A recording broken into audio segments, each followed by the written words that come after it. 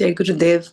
Sorry, there was a little trouble shifting from my phone to the laptop for the delay.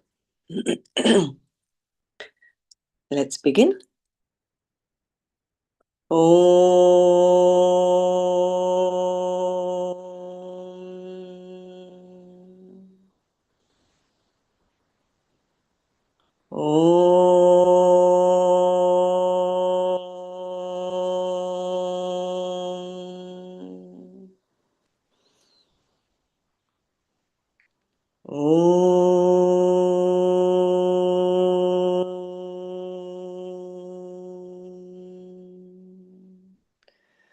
Om Sahana Bhavatu Sahanau Bhunaktu Sahaviryankaravavahai Tejasvinavadhitamastu ma vidvishavahai.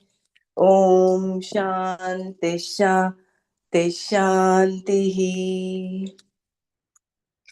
Narayanam Namaskritya Naram Chaiva Narottamam Devim Saraswatim Vyasam Tato Jayamudirayet.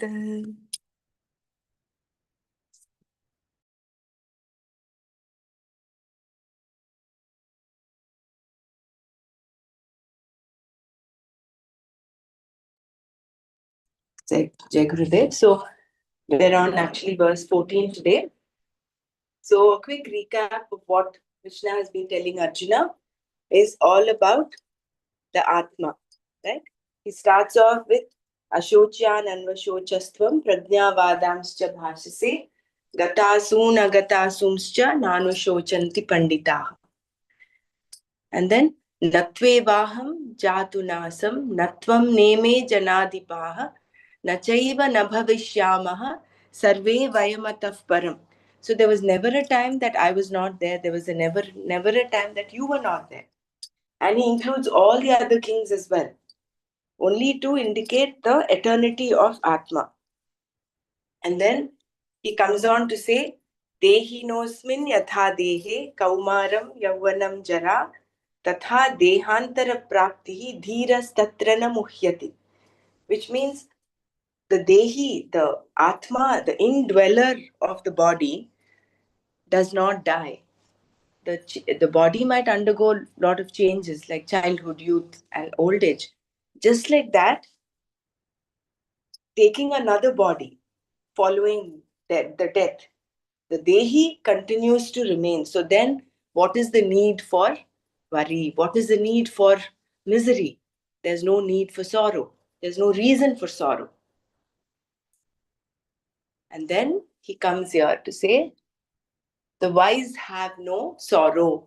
Because a wise person has the knowledge of Atma and Anatma, there is no question of he or she being sorrowful. Such a person knows that what does not change cannot be changed, and what changes cannot be stopped. When the facts are clear, there is no sorrow. The wise person is one who knows what is real, Atma, and what is unreal, Anatma. Further, Krishna said, Matra sparshastu kaunteya Shitoshna sukha dukkhadaha Agama apayino nityaha Tam stitikshasva bharata.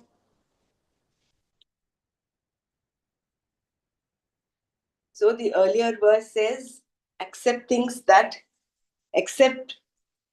situations and people as they are, right? So now we'll see, count, O son of Kunti, matra sparshaha, the contacts of the sense organs with the sensory world, tu indeed, shita ushna sukha dukkhadaha, which give rise to cold and heat, pleasure and pain, agama apayinaha, which are of the nature of coming and going, anityaha, not constant, Bharata, O descendant of Bharata, Arjuna, tan, them, titikshasva, endure.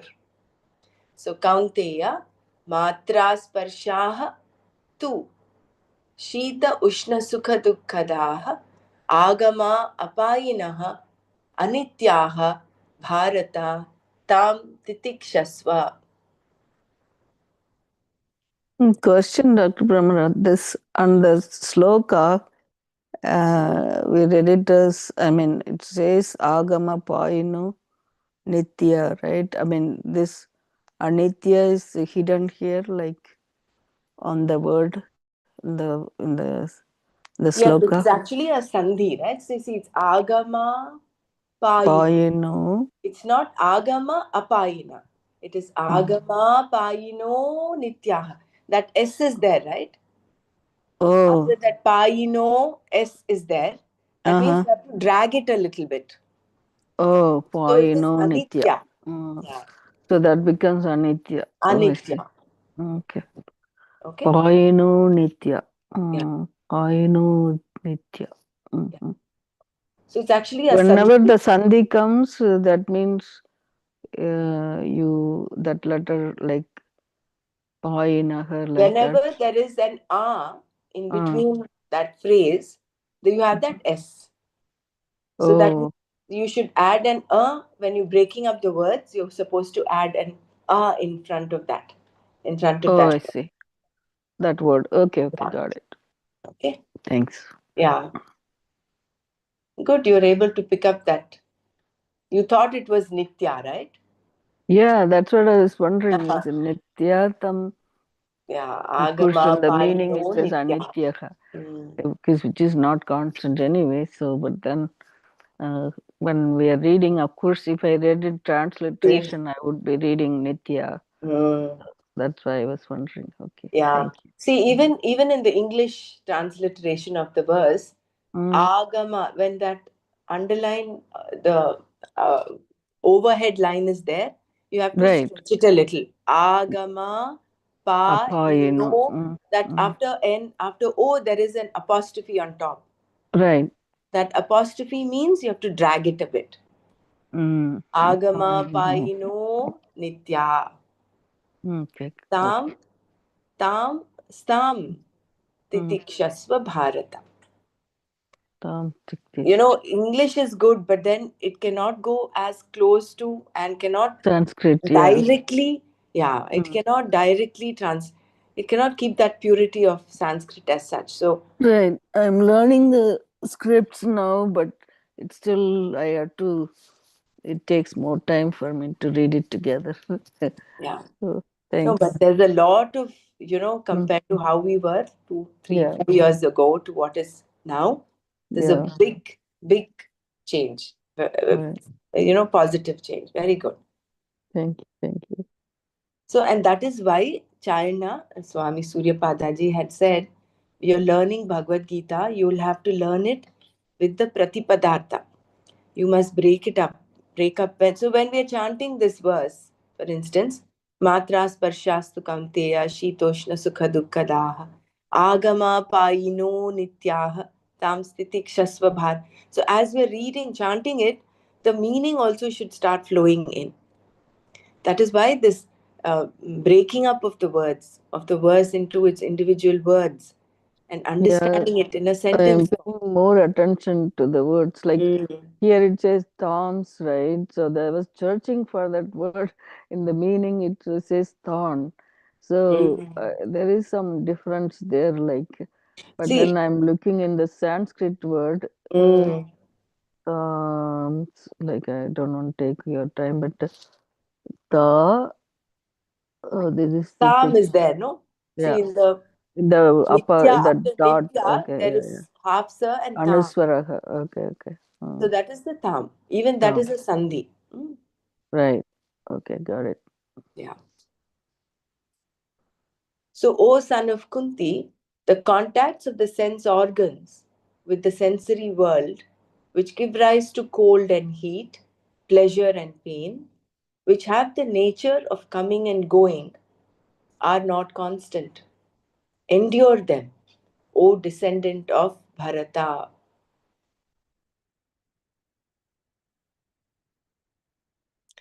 Given that the Atma never dies, that it always survives, as Krishna said, it seems that The sorrow caused by the death of a person is not reasonable and therefore not very legitimate. That there may be no sorrow for the person who knows the Atma to be eternal and the Anatma to be non eternal is also possible. However, in this life, sorrow does occur because of certain changes that take place. So, that is the absolute knowledge. You know that there is no reason for sorrow. But fact remains that sorrow takes place. Why does it take place? Because of certain changes. Situations do not go your way all the time. You do not call all the shots. Things keep changing, some of them favorably and many of them not so favorably. Some situations are pleasant, others unpleasant. That which is pleasant does not last, while the unpleasant seems to stick to me most of the time. There is therefore both pleasure, sukha, and pain, dukkha. The pleasant arrives and must pass away for the unpleasant to come. For instance, people begin to wail about winter long before it actually comes. As the summer ebbs away, they wail about that too. Even when summer is there, it is going. Thus, when winter is not there, it is coming. And when it is there, it seems not to be going at all. Half the summer is gone because of clouds, and another part of it is frittered away by rain. I mean, here he's giving the example of India.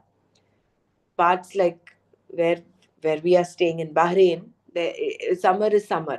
It's all heat and humidity. So when it is hot, it is too hot. Because the seasons keep on changing, we find that sukha and dukkha keep on occurring. The pleasant has gone and the unpleasant has come, accompanied by sorrow.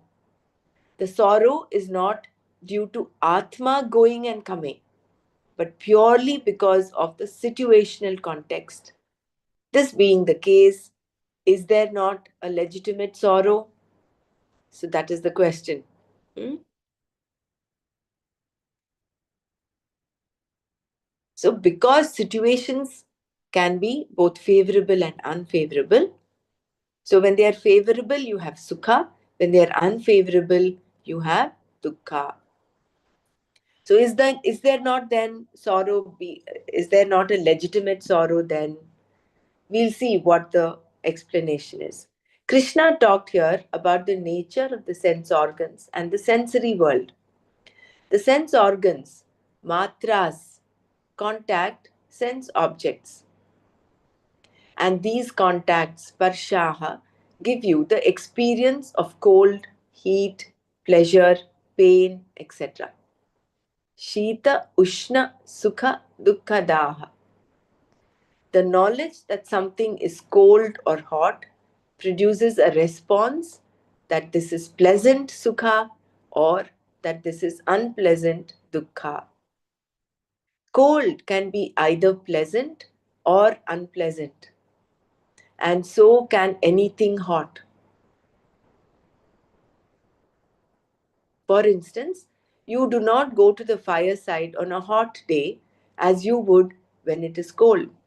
Thus, heat is not always pleasant and cold is not always unpleasant.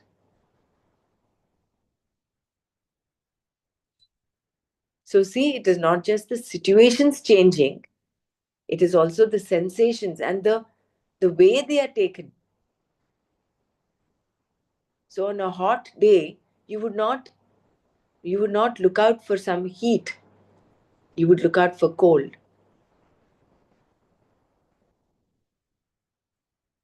We find that there is a uniformity in our responses and also, to a certain extent, a universality. The world is one of opposites, heat and cold, for example, and these opposites give us pleasure and pain, sukha and dukkha. Categorically, we may say that certain situations make us happy like a pleasant sunny day. At the same time, however, there are people who want rain so much that they are praying for it. Therefore, the rain that you do not want, someone else may be praying for. These then are our responses, which seem to give rise to sukha and dukkha, all due to contact of the sense organs with their objects. One may argue that if contacting heat and cold gives rise to sorrow, perhaps we should avoid contact with sense objects. But how can we?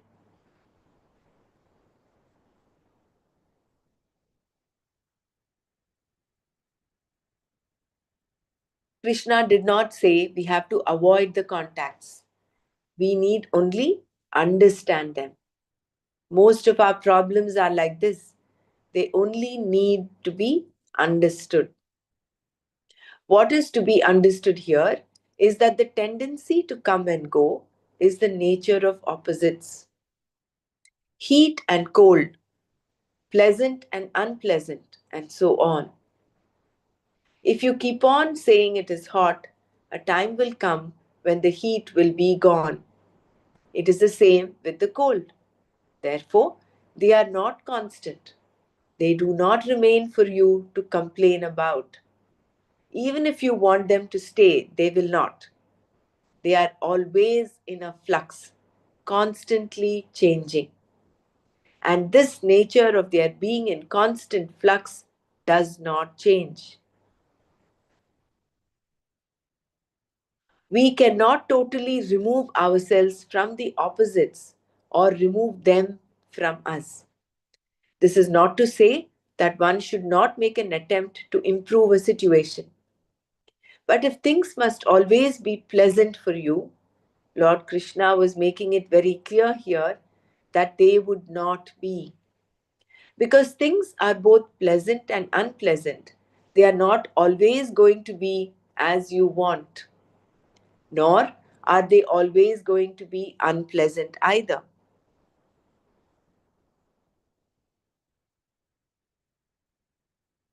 So we'll just pause here.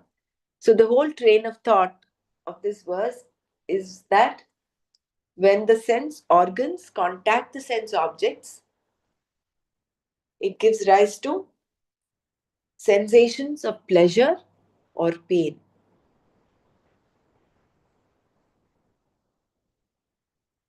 And this it constantly changes.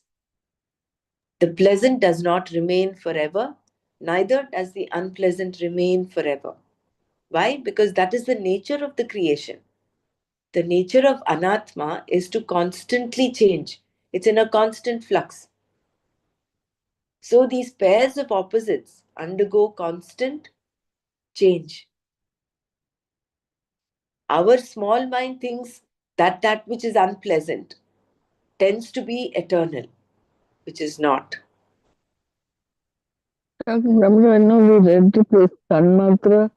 What is that Tanmatra? I kind of forgot. Is that not forgot? It just said from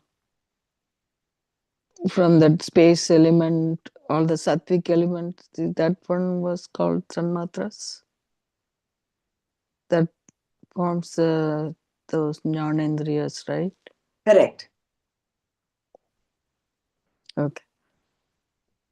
So that's to here it says matras persas. Matra sparsha. So, Uh, so from the sattvic aspect of going back to Tattva Bodh, mm, recap of that. So from the mhm. sattvic aspect The space element of the space element, is the comes hearing. Yeah. there are five different sattvic aspect of the space element. You Mm, have the hearing, sense of hearing that is mm, formed, right? right. The sense organ of hearing. And the vayu is the sparsas, like Sparsha, touch. that From the Agni, you have the eyes. vision. Yeah. And then from The jala, you apa, you have the taste.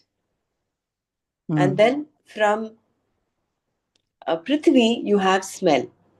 mhm, So right. this is the tanmatras of the sense of the five different Sattvic elements. sattvic elements. These are Mm, the tanmatras that are formed, right?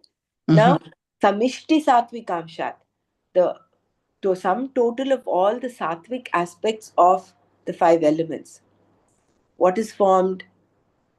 Mano buddha chittantah karanani. The mhm, inner equipment is formed. The mind, intellect, ego, memory, that is what is formed. mhm, So the right. train is what the whole flow is Brahmashraya Maya, Mm. Sattva guna, Sattva Rajoguna, Tamoguna, what is that? Sattva, Rajas, Tamo, Tamogunatmika Maya Asti. Maya. Mhm, Right? So that is Maya has the three elements embedded in it, the three gunas embedded in it. right. In And Maya. from there, this in this constant flux of these three gunas, they keep Mhm, on in a flux. From there, you get all the five elements. So, mm, from the sattvic aspect of each of the five uh, elements, you have the five different sense organs that form. And the samishti sattvikamshat, you have the mano buddha chittan antakarnani. right. Now, from the Antakarana. rajas element, what is formed?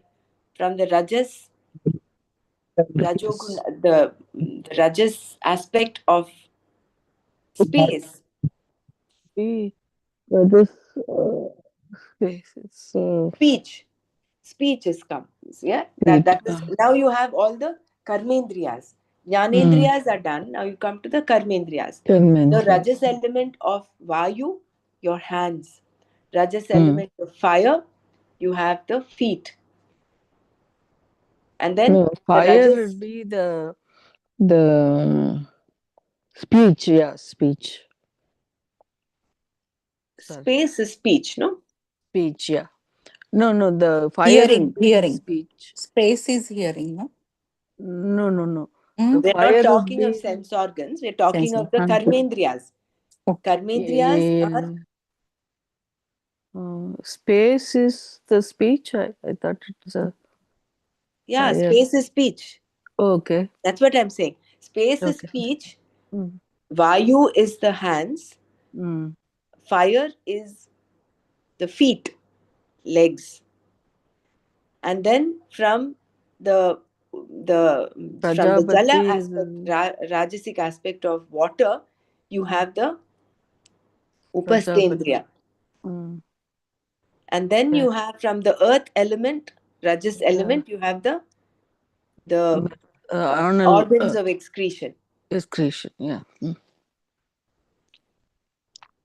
Right? And the samishti rajasamshat, you have the what happens, all the pancha And pranas.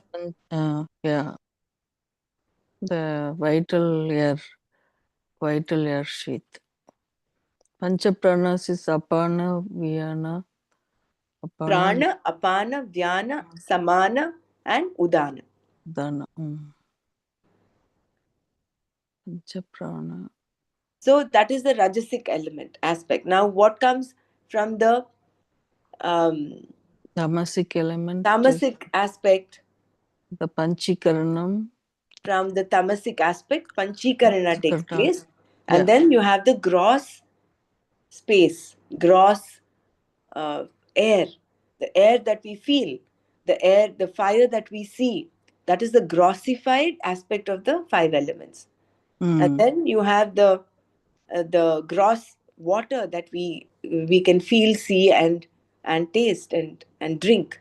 Then you Mm. have the gross earth that you can feel and touch and smell. Mm-hmm. So from here, panchikarana, what Panchikrita develops? panchi The stula sharira is formed. sarira. Mm. The whole gross creation that we see, the visible creation that we're able to see, feel, touch, and experience, including our own physical body.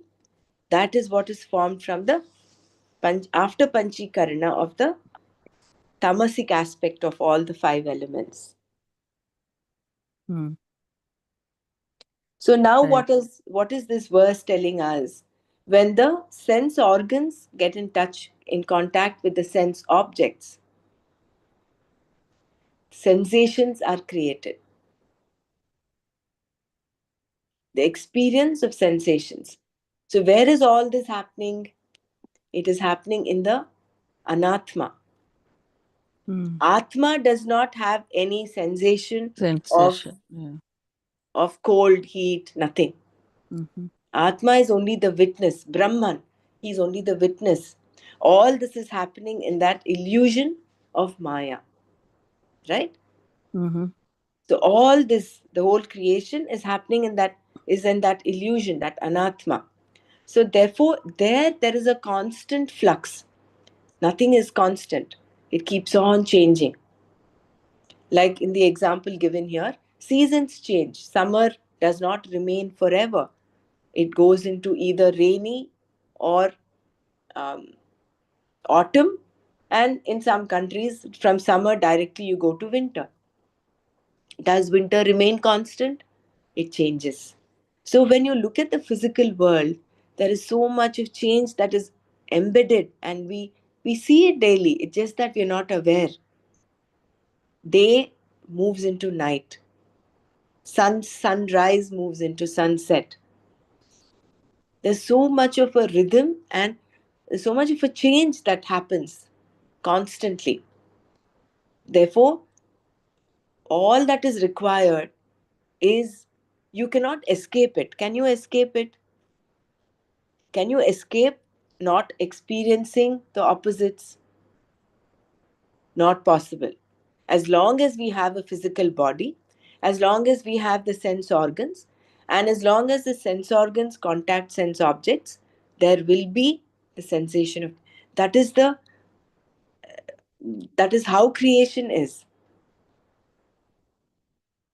Except if one of your sense organs is not functioning. For instance, when your nerves are dead in a particular part of your body, you're paralyzed, you don't feel the sensation of pain.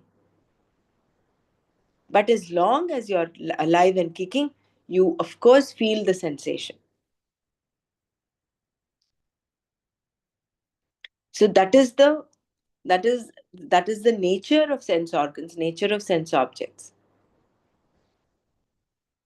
So therefore, pleasant and unpleasant are inevitable.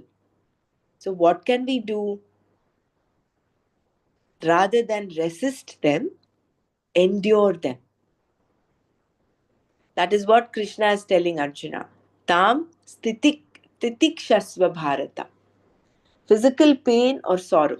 Does anyone want to share anything before we go on to the next part?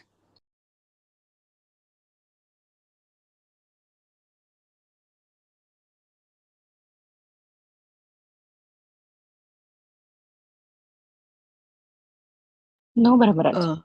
So he's saying basically what is there to worry about it, because it's constantly going to be changing and you cannot do anything about it. But he also said it is not like you just passively accept it. It's not like you should not do things to improve the situation. Yeah. Mm. Right? So Mhm. So you can minimize that the heat or cold, like what we are doing, right? With, but then again, yeah, see, what are we doing when there is, mindful, yeah, like maybe keeping ourselves cool, like of course fan or air conditioning and all that, and then give the water or keep the window closed so that environmentally you be cautious. Uh, sensitive to the environment, meaning you don't want to use so much of energy also at the same time. If you're mindful about it, avoid going out in very hot days and things like that. In the Correct. cold, wear something warm so that you're not that cold, Correct. affecting you. Yeah.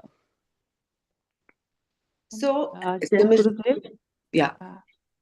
uh, just like Dr. Mara is talking about the physical pain and the mental suffering, like when there is mental suffering, then that feeling of helplessness which occurs, so it is at that time that this knowledge helps you to forbear that situation.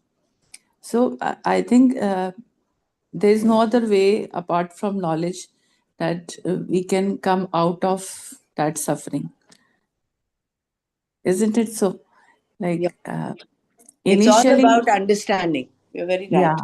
Yeah, yeah, that having that better understanding, having that knowledge, like this is what the normal is, you know. Mm. We know the summer is going to be very hot, right? The April, May in India.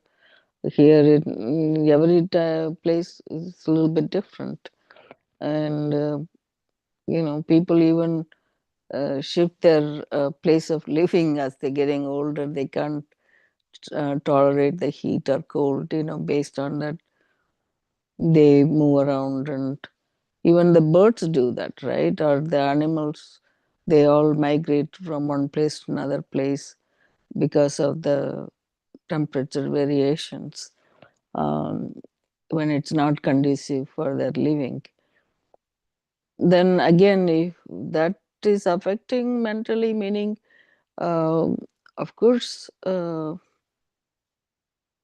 here they talk about as dukkha is more like the comfort and discomfort, right? That kind of thing that makes it. See, there is a clear distinction between pain and sorrow, Mm, right? right. Yeah. The pain is what the physical issue, right? It is a Sorrow is more sensation. like a Sorrow, mentally, yeah. correct. Sorrow is when you start complaining about the pain. Mm, Poor me, I am the one, everybody else is fine. So that sorrow is a complaining part of it. part. Yeah. So that can happen with everything, right? People complain Everything, about everything. of course, it can happen with everything. Yeah. So that is the cause of sorrow. It is a state of mind, no? It's a kind of personality. Yeah. So therefore, physical pain or sorrow, if death is said to be incapable of causing you sorrow, where does that leave all of the other situations that seem to make you unhappy? Uh, I think this is called the Prathama Malla Nyaya, Mm, where, if, like the example earlier was given, if you have to be the reigning world champion in boxing, you mm. you Have you to would fight the, defeat the yeah. reigning world champion, and then you would become the You reigning get the world. world champion, yeah. You do not need to box every Fight other boxer everyone. in the world, right? Mm-hmm. Prathama Mallanyaya. That time we couldn't remember this. So this Mm, one, death is the ultimate. If you look mm. at the whole world, The sorrow. death is Mm-hmm. something that really gives, I mean, Dukkha. Mm, it gives mm, dukkha, the mm. highest, Right. the state that gives us dukkha. So when Mm, that itself is incapable of causing you sorrow, which is what was explained in the last three verses, where mm, does that leave all of the other situations? So, can any of the other situations be a reason for your sorrow when the ultimate death itself is not the reason? mm, So, in one stroke, everything else, whether it's money, job, relationships, physical disease, mm, all of that cannot make you unhappy. Can they make you unhappy? No.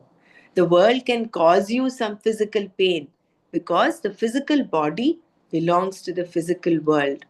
mm-hmm. One physical entity can therefore hurt another. Arjuna's problem is not physical. It is purely sorrow, Sorrow. shoka. Mhm. Arjuna Vishada Yoga, it is, right? And shoka is a type of thinking. While Right. physical pain is something to be endured and cured, sorrow is something you build on. Mhm. It's a mental aspect. So all this situation, the line here says, face and act upon, whether inner or outer, meaning inner meaning mind, or are they talking about Where is inner or outer? the last line? What is there to worry about? Let's stay. Huh. That's where we are reading. Correct. So one physical entity can Hmm. therefore hurt another. Mhm. Arjuna's problem is not physical. Right.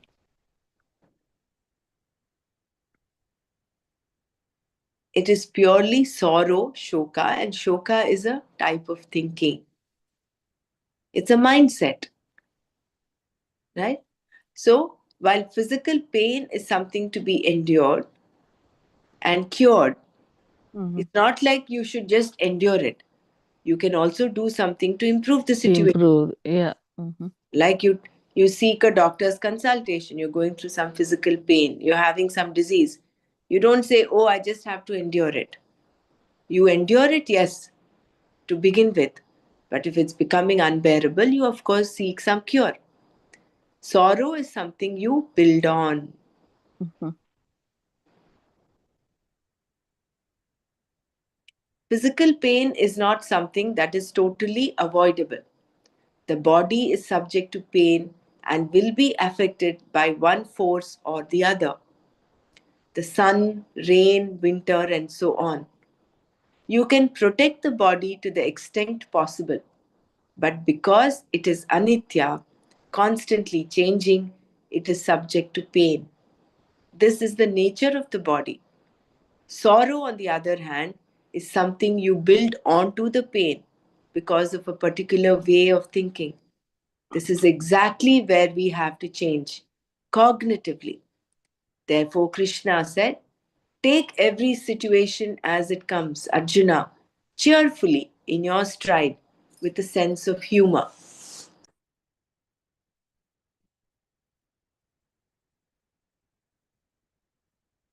I think this needs to be underlined, right? Mhm. So, take every Yeah. situation as it comes, cheerfully in your stride with a sense of Sense humor. of humor. Yeah. Mm. In fact, Yeah, then Gurudev it makes says, it very lighter, right? When yeah, you have the sense of humor. Everything is if you are so serious, then it's going to be everything is going to be even harder than what it is. Mhm.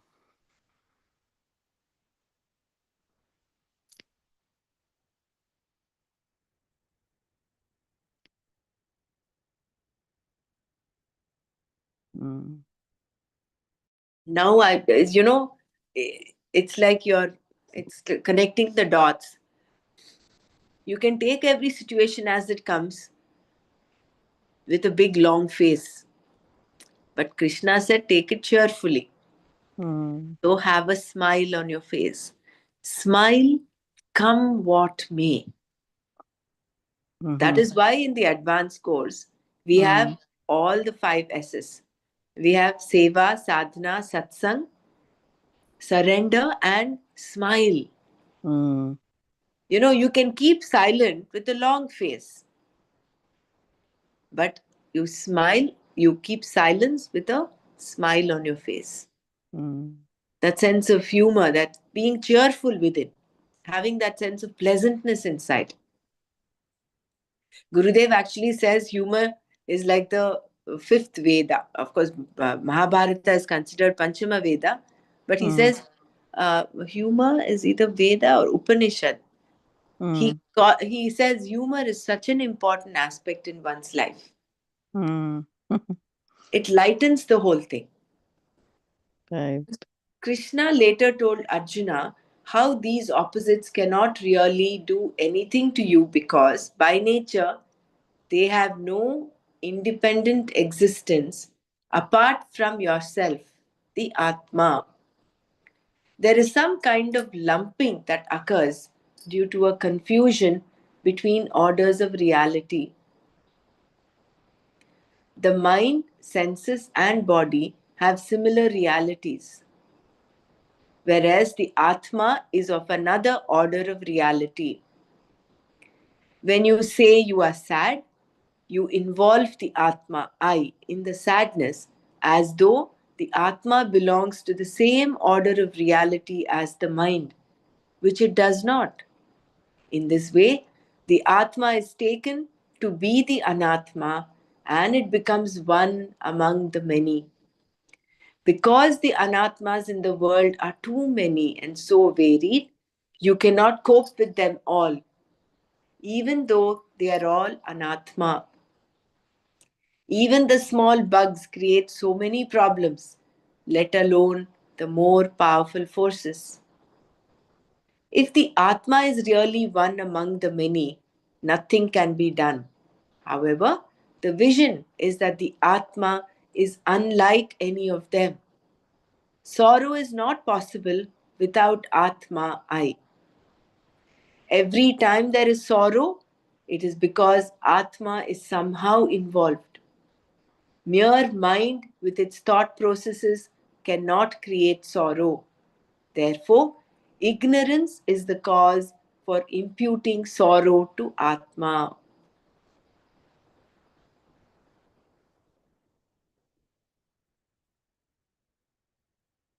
Can you read that sentences again? I will read the last two paras. Mm. So, takes every situation as it comes, Arjuna, cheerfully, with a sense of, in your stride, with a sense of humor.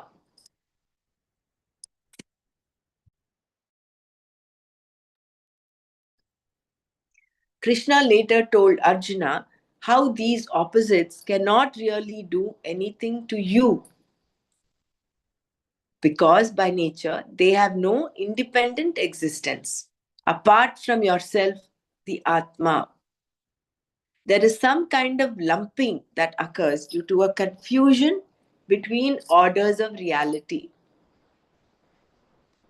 The mind, senses, and body have similar realities, whereas the Atma is of another order of reality.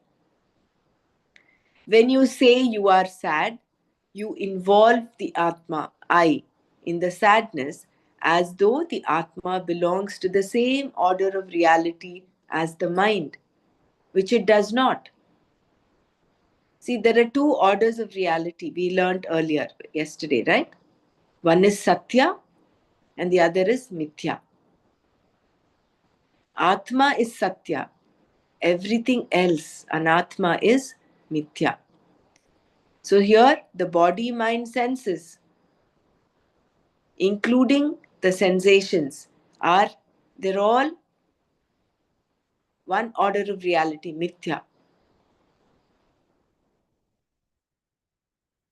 Whereas Atma is Satya, right?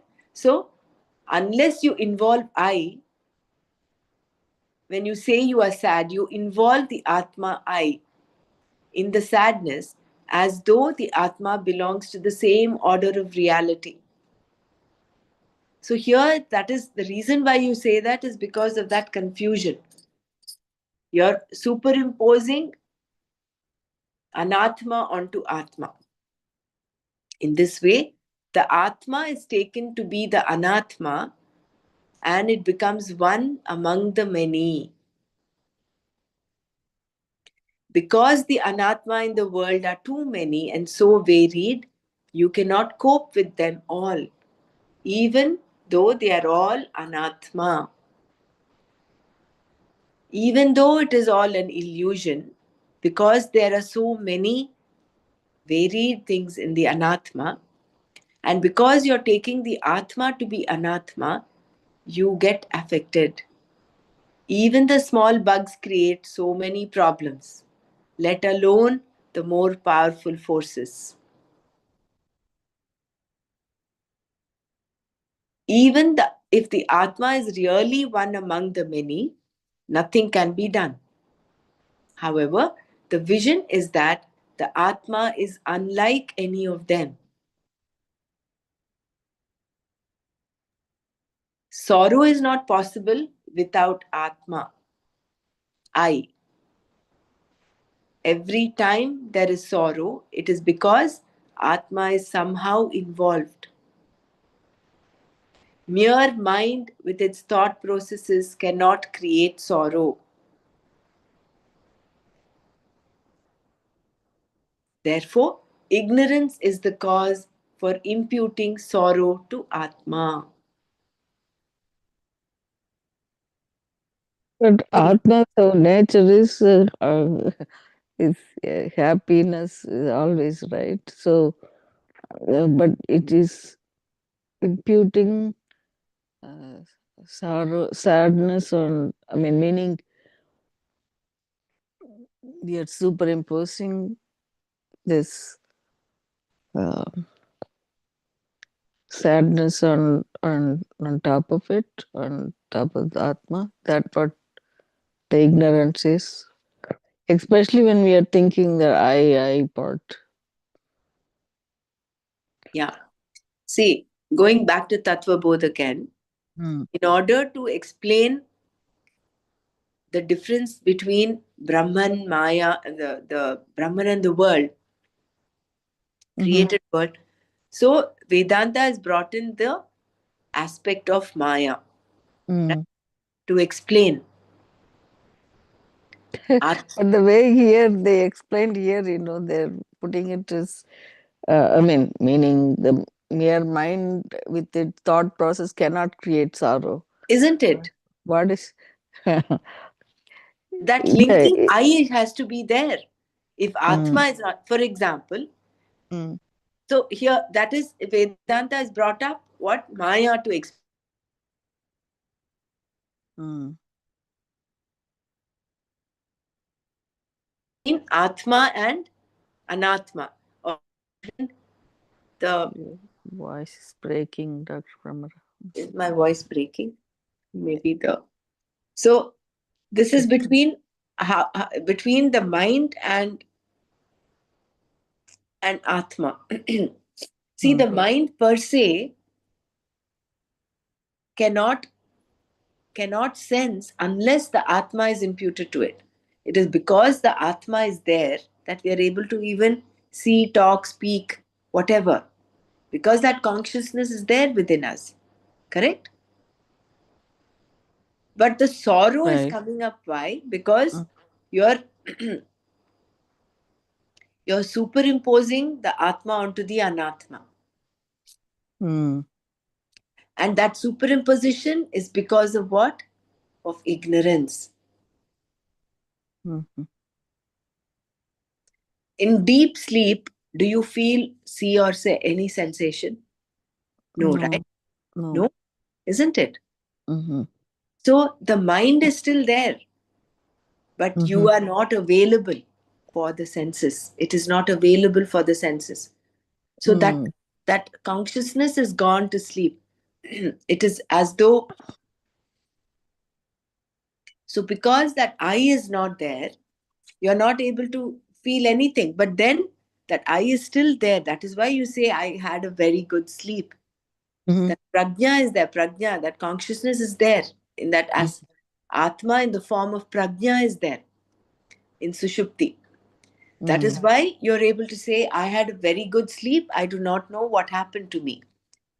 But in deep sleep, the physical pain that you went through in the waking state is not there.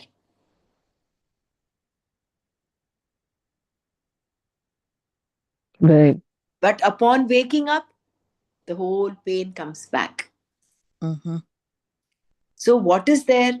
Is it the mind that is causing the pain? Or is it that your superimposition of the Atma on the mind that is happening, that on the physical body that is Body. causing the pain? It seems a little confusing, I think, even as I'm explaining to you. Mm. But then The whole thing is about this confusion, this lumping. Right. Atma is Satchit Ananda, is crystal clear, is Because it's a non-doer. It's pure, eternal and pure is and happy na always. karta na bhokta. Mm. So in that sense, it's watching, and of course, without it, other things cannot exist. That part is very clear. But then this superimposition here when it said like mind cannot create sorrow, uh, I I mean the way of in the previous paragraph we read, right, like um, the type of thinking causes that problem, and then he says cognitively you face it with humor. So that is one way to avoid this sorrow, right? In the sense. So, in, so that's what I'm thinking. So if something is happening because of this manas, buddhi, and all that is involved, we can't really separate. Uh, of course, thought process is happening in the mind, where the discrimination is happening in the buddhi. That's how we read, and we also Correct, process things. correct. Yeah. But what is giving the existence of the mind buddhi? Where do they come from? Do they have an From the independent Atma. existence of their own? No, They don't. they don't. They They exist depend because on. of Atma. Right. Yeah. Jai Gurudev, one That's why it is said somehow involved. Atma is somehow involved. Mind, mere mind is not. actually we read no anatma is the body mind complex, and in that we also read that there is man buddhi chit ahankara. So when we identify ourselves, it is because of that ego, right? Ahankara. So that I is coming from that ahankara, which I with which because of which we identify ourselves with, and when we identify ourselves with that I, we talk of that I because of our ego, but we relate it to Atma, thinking that it is we are talking about Atma. So it is basically that wrong identification which we have of ourselves because of the Maya. That perception which is we have is wrong. So whenever there is any type of sorrow, it is always related to Atma because of that link between that ahankara, that ego, and Atma is so close that we are not able to decipher between the two, especially at that sorrowful times. So and it is said no that ahankara is that ego is the last curtain to be like it that sheet to be broken, or you can it is the last curtain to fall for a person to realize, because he's always holding to that I, that ego, and is identifying himself with that I, and that Atma and I is so closely knitted together that he is not able to, though being in knowledge, still he cannot separate the two. And that is why, like, this is how I was interpreting that sorrow is not possible without Atma I. And every time there is sorrow, it is because Atma is somehow involved. Because we are always relating that ego with our you can say that consciousness, and because of that ego we have that identification of I, my body, my everything with related to I. Maybe I'm wrong, but Very this is perfect. No. I completely, Dr. Savita, your interpretation was very uh, enlightening actually. See, in the basic course also, Gurudev has given this in the old manual, that this is the thinnest and transparent, totally transparent level of our existence, that is ego. And that is why nobody can feel or experience or see it. It is transparent also, but it is very strong.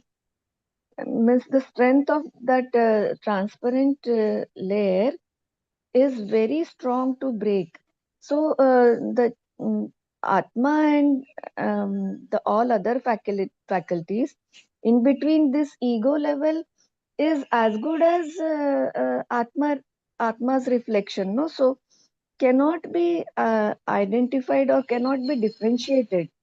That is why 99.99%, even the highest munis and sadhus also are not able to relax and repose in that infinite space. In that infinite space, if still I am holding on to that one small cloud, and with reference to that small cloud, if I am seeing everything around me, then that identification and that limited cloud ka experience only will bring all sorrows and everything, all kind of uh, jumping up and down and everything. You spoke very well. Thank you so much, Jai Gurudev.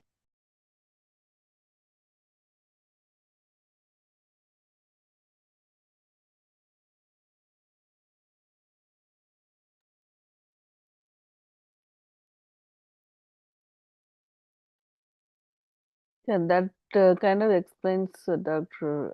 Savita, I mean, about that ignorance part, right? So that is pretty much what summarizes that the ignorance, Correct. that we So it is, couldn't differentiate between the Atma and the self. I mean, the self meaning that ahankara self. and that is the fundamental error, right? Yeah. Fundamental error is that we identify Atma as everything else. We don't see it as a separate, independent existence. We That lumping is happening there. It's all because of confusion.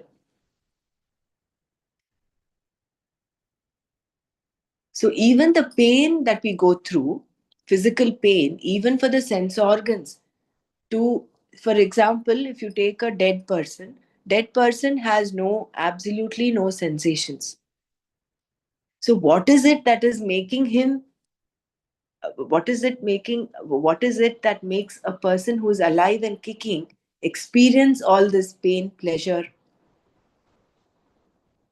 Yes, It is because that of this spark of Atman. consciousness Yeah, in it. Otherwise, it's only a lump of wood. It's like a log of wood.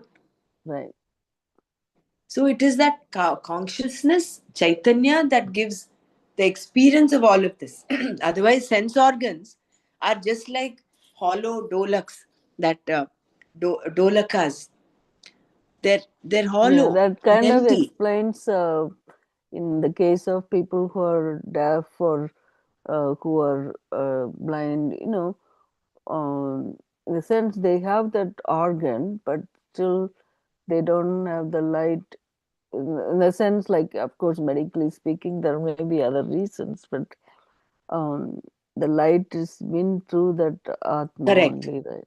That consciousness, that Connects with. switch of consciousness is put off there for that deaf Mm, person, right. right?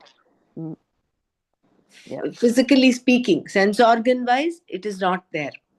Mm, But when you go a little deeper, at the level of the prajna, it is of course there. That is why these intuition process kids are able to do such wonderful things. Even though a child is blind, is able to see color. So mm-hmm, that is a different aspect. But what I'm saying here is, mm, what is being said is that without the Atma, you mm, cannot experience pain. mm-hmm, But why is there sorrow? Is because you are wrongly superimposing the big I on the small I, and you're feeling sorrow. That sorrow again is a state of mind, is a mindset, is that complaining mindset, the mindset that thinks I'm limited. Right. So that is why is that happening, is because of ignorance, because of Maya. Therefore, the whole Gita is about, the whole Vedanta is about understanding. It's about clearing up this confusion, clearing up this ignorance. And that is why, that is the reason why it is only through jnana that you can attain moksha, not through any other means. Every other means is only to prepare the mind for this jnana. But ultimately, it is that spark of knowledge that clears up the final cloud. One other question, Dr. Ramana. So, we read in Karna Sharira, right? The Karna Sharira doesn't have any thought process. What is it? Anirvacha? Arana Shariram Kim? Yeah. Anirvacha, Avidya. Anadi, Anadi, Avidya Rupam, Avidya. Vidya Rupam. Tatsvarupa Ajnanam. There is still that ignorance is there of your. Right. So it's the sum total of that ignorance, that, and it is inexplainable. It's Right. the nature of avidya. I can't believe all those things we memorized and now it's Yeah. Anirvacha avidya anad. Anadi Aga, oh my god, Satsvarupa Ajnanam. Satswarupa Satsvarupa Jnanam ya Jnanam. Vikalpak something, right? Nirvikalpaka Rupam. Nirvikalpaka. Yadasti tat Karana Shariram. Anirvachya avidya Anirvachya anadi avidya Rupam. Sharira dvayasya karana matram. It is the karana for the other two shariras. Two shariras, right? Yeah. Karana matram, right? Sharira dvaisya karana matram. Nirvikalpaka rupam. Satsvarupa Ajnanam. Satswarupa Ajnanam. Yeah. Today we went beyond our time. Sorry about that. So we'll continue with what is there to worry about tomorrow. It's actually 2 paragraphs, but that doesn't matter. We'll hold it now. We'll do a little recap and go there and go to the next verse.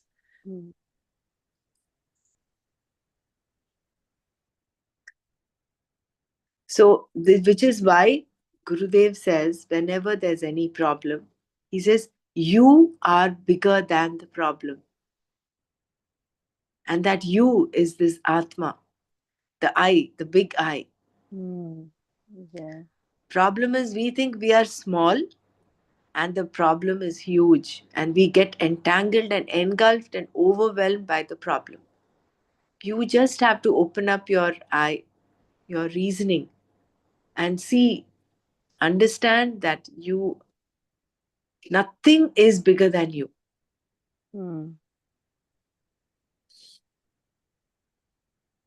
Yeah, okay, we'll leave it at that today. Om Loka Samasta Sukhino Bhavantu. Om Shanti Shanti Shanti. Om Tat Sat. Shri Krishnarpanamastu. Jai Gurudev.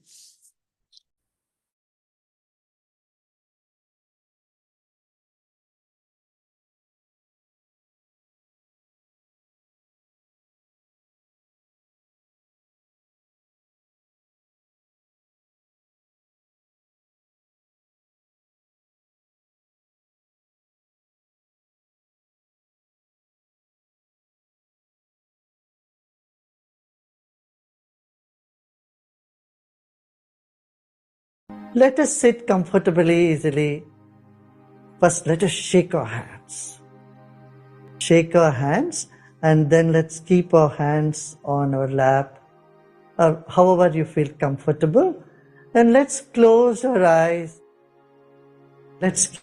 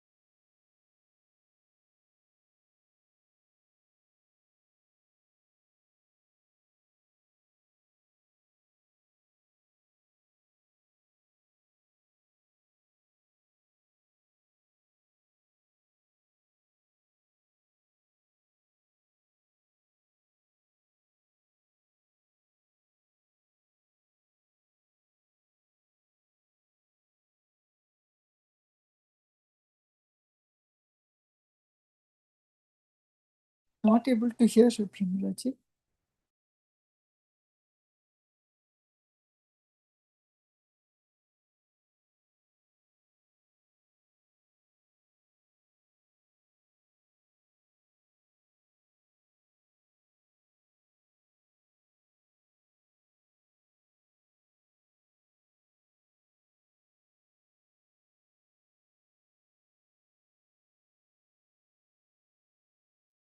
Sorry, I think my phone it went out of it lost its Wi-Fi. Just play it one more time.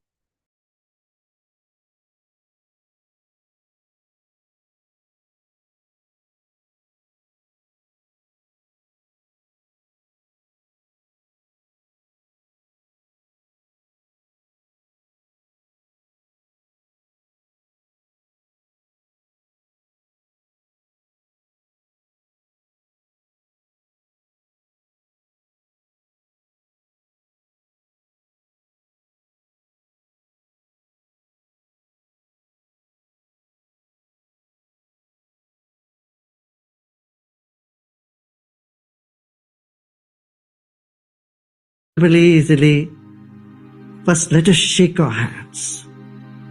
Shake our hands, and then let's keep our hands on our lap, or however you feel comfortable. And let's close our eyes. Let's keep our spine erect and body relaxed. We came into this planet weighing just 4 kilos or 5 kilos. Recollect or remember the weight of your body. It is 60 kilos, 70 kilos, whatever that is. Place your weight on the chair or on the floor you are sitting right at this point. Let's take a deep breath in. Hold the breath and let go. Honor your own body. Your body is the precious gift to you from nature. Become aware of your whole body. Skins, tissues, muscles, blood vessels, bones, and all the internal organs. Your body is a precious gift to you. Now let us come to the second dimension, your breath. It is our breath that is keeping our body alive. Your body is alive because of your breath. Take a deep breath in and let go. Incoming breath energizes the body, and outgoing breath brings relaxation. This is happening all the time. Let us honor our own breath.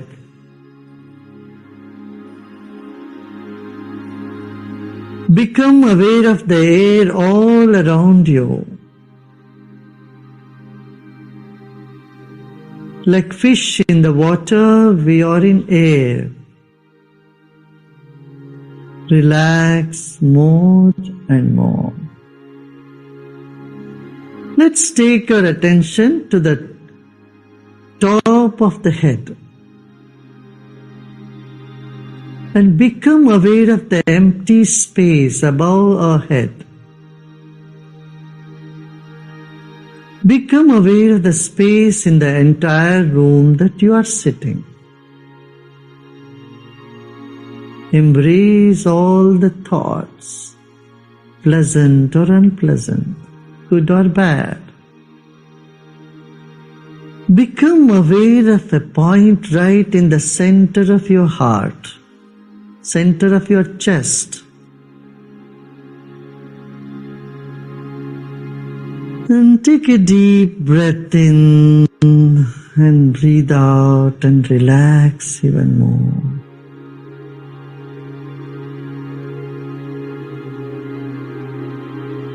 As the body relaxes, the mind expands. And as the mind expands, your body finds deep relaxation. This moment, there's nothing to do and nothing to know either. Just let go and relax. Repose in yourself.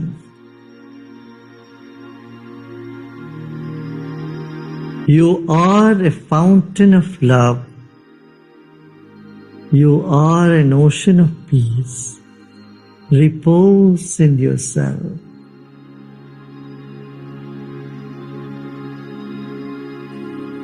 Take a deep breath in with a smile and breathe out with a smile.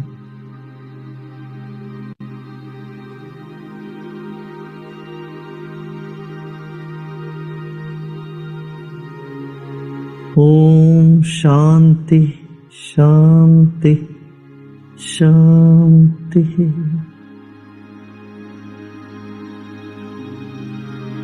Oh, as you breathe out, you may open your eyes.